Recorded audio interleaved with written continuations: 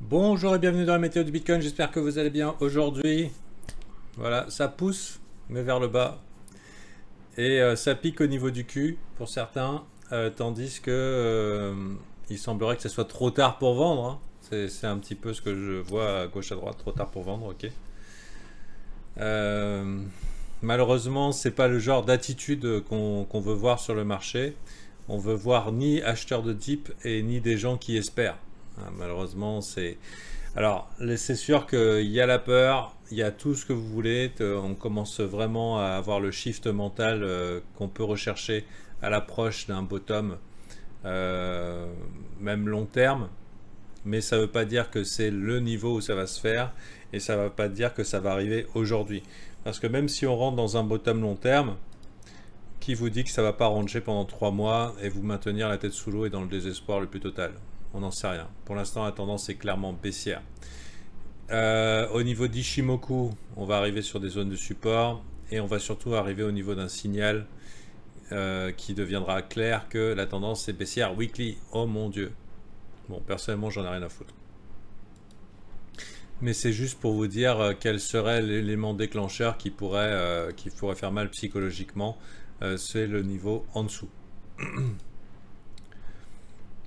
Mais justement, parce qu'on vient de perdre un lot, parce que les signaux techniques sont dégueulasses, et que bientôt tout le monde s'entendra pour dire c'est le bear market, il pourrait y avoir de l'espoir. Hein. C'est quand les gens sont fearful qu'on est greedy, et greedy quand ils sont fearful.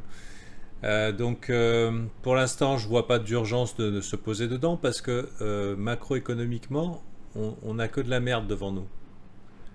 On a les augmentations de taux d'intérêt et il y a le Nasdaq qui dit oui, on est d'accord. On est d'accord, ça pue. Parce que je dirais que d'un point de vue boomer, commencer l'année avec un moins 10%, c'est une catastrophe. C'est normalement la performance qui prévoit pour financer leurs opérations jusqu'à la fin de l'année. Donc là, ça commence mal, hein, globalement pour tout le monde. Et je dirais que là, cette semaine, enfin ces 3 semaines là sur le Nasdaq, c'est une horreur. C'est un cauchemar pour les traders. Une vraie acceptation du côté de cette trendline là, avec tous les jours le petit espoir du bon, tout va bien, ça va bien revenir. Et puis on commence donc la journée dans le vert, tout va bien. Oh, regardez des W. Et là, fuck you, non en fait. Non les gars, ça va pas. Et malheureusement, notre ami Bitcoin est incroyablement corrélé à ce marché des actions. Il a une corrélation énorme. On a un coefficient de corrélation là qui doit être assez balèze. On va essayer de le mettre CC. Avec un BTC USD, c'est possible ou pas? Bon, bien sûr, pas le week-end, puisque les marchés sont fermés. Mais disons que en semaine, ouais, on a 0,94, 0,90%. Il y a eu un petit moment de décrochage au niveau de la corrélation. C'est quand il y a eu des gros shorts qui sont rentrés sur le Bitcoin hier, mais bon, voilà, la gravité étant telle que qu'on n'y est pas échappé hein, globalement. Donc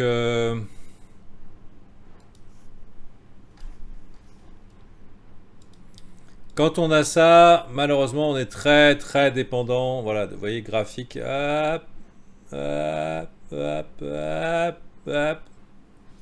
Hein. Et du coup, on se fait manger la sauce internationale.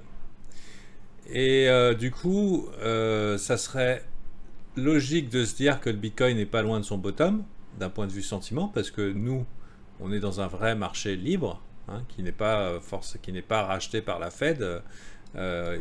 Si vous voulez que autant il peut y avoir des incentives pour les Américains de se dire on va sauver l'Amérique et puis on rachète tout ce qu'on peut et puis vous verrez tout va bien, autant le Bitcoin ils s'en battent les noix. Et ce qui explique que par exemple on pourrait dire que Mr Bitcoin nous a annoncé la couleur, c'est à dire que le Bitcoin globalement lead l'économie, ou en tout cas nous donne une indication de l'économie, là où on peut faire illusion encore sur les indices. Donc de la même manière, pendant qu'il était en mode hésitation, là, le Nasdaq, le Bitcoin avait marqué un rallye assez fort. Alors c'était 20 juillet, il y a eu 20 juillet et 29 septembre, on va voir si ce que je dis est cohérent. Hop. Voilà, un petit peu en avance, voyez. Le Bitcoin qui était parti en septembre pour dire non, non, nous c'est bon, on a fait le taf. Vous voyez. Et du coup, on aurait un Bitcoin qui lead un peu. Mais avec quand même une interdépendance assez forte. Et du coup, on doit le considérer. Mais parce que la dépendance est forte, et malheureusement, là, c'est... Est-ce qu'on peut vraiment considérer que les stonks, ils ont fini de descendre? En fait, on ne sait pas, quoi. Ça se trouve, c'est que le début. Et ça se trouve, ça ne s'arrêtera pas de descendre tant qu'il n'y aura pas cette fameuse augmentation des taux d'intérêt. Parce qu'en général, les marchés sont des discount forward mécanismes. Donc, globalement, on price les choses en avance. Et il y a une expression qui dit « buy the rumor, sell the news ». Ou alors « sell the rumor, buy the news ». Et là, la news, c'est l'augmentation des taux d'intérêt. Que ça soit mars ou juin, le marché peut très bien dégueuler jusqu'à ce jour J, qui sera considéré comme bearish pour la majorité, mais qui posera potentiellement un bottom. Et ça peut durer longtemps. Sauf si en voyant les marchés en train de se tomber comme ça, la semaine prochaine, Jérôme Powell dit « Oh, les taux d'intérêt, on en reparlera. D'abord, sauvons l'Amérique. » Vous voyez, peut-être que ça peut être une des optiques envisagées parce que de toute façon, ils ne veulent pas que ça tombe. Donc, en attendant, au bout d'un moment, parce que nous, on est dans un marché un peu plus libre, bah, il faut aller recte les shorts. Il faudra que les vendeurs de bottom se fassent punir au bout d'un moment. Mais pour l'instant, on a des conditions économiques qui rappellent celles du 13 mars 2020. Les stonks qui disent non et le Bitcoin qui suit.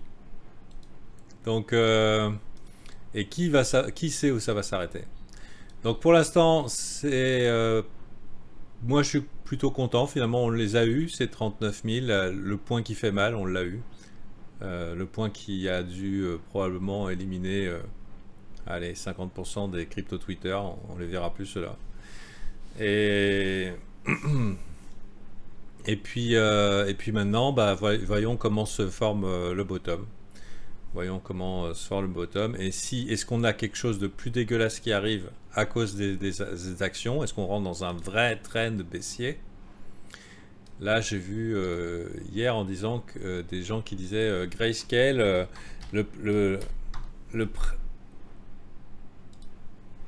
premium, enfin, a jamais été aussi bas. C'est-à-dire qu'on est dans un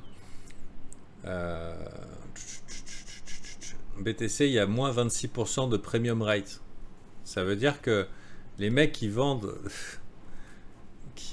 ça veut dire que, ouais, si je me trompe pas, ouais, c'est ça, c'est que si tu achètes des BTC sur Grayscale, tu les as 26% moins cher.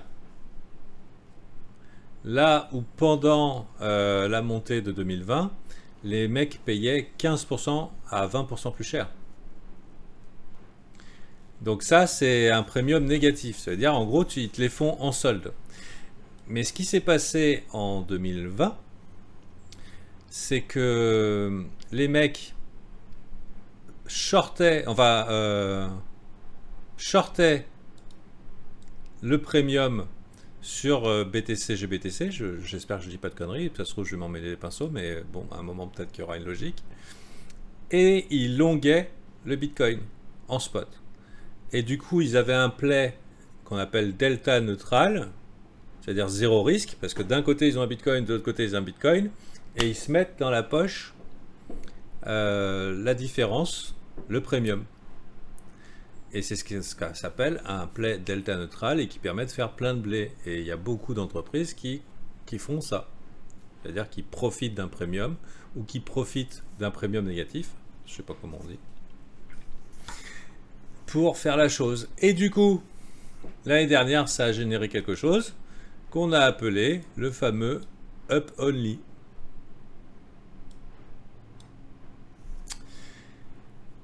Les mecs faisaient leur play neutral GBTC et achat spot, mais la mauvaise nouvelle, c'est que là, nous est offert un play delta neutral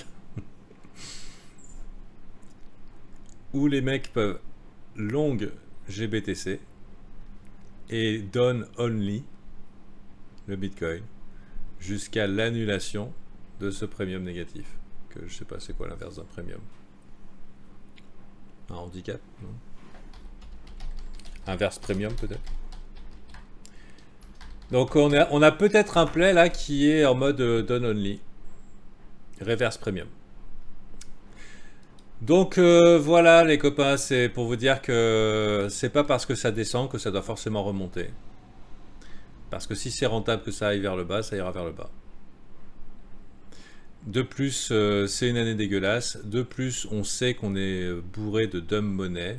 La dumb money, c'est l'inverse de la smart money. J'ai encore eu des gens de la famille qui m'ont appelé en disant hey, il faut que j'achète du Bitcoin. Donc, les gens que tu sais qu'il ne faut pas qu'ils en achètent, ou alors que tu ne veux pas en acheter en même temps qu'eux. Donc voilà, on n'est peut-être pas sorti d'affaire. Voilà, si vous voulez vous former, si vous voulez avoir plus de contenu à mes côtés, si vous voulez que je vous aide à vous prendre en main dans votre trading, vous pouvez rejoindre le groupe VIP. Bon là, c'est pas le bon moment dans le mois parce qu'on est le 21, mais des fois, il vaut mieux faire ça que de souffrir. Déjà, vous pourrez poser des questions. Et sinon, il y a le groupe Patreon VV1 Investor qui ne connaît pas la souffrance, lui. Parce que ça monte. Voilà. Allez, bonne journée à vous et à la prochaine.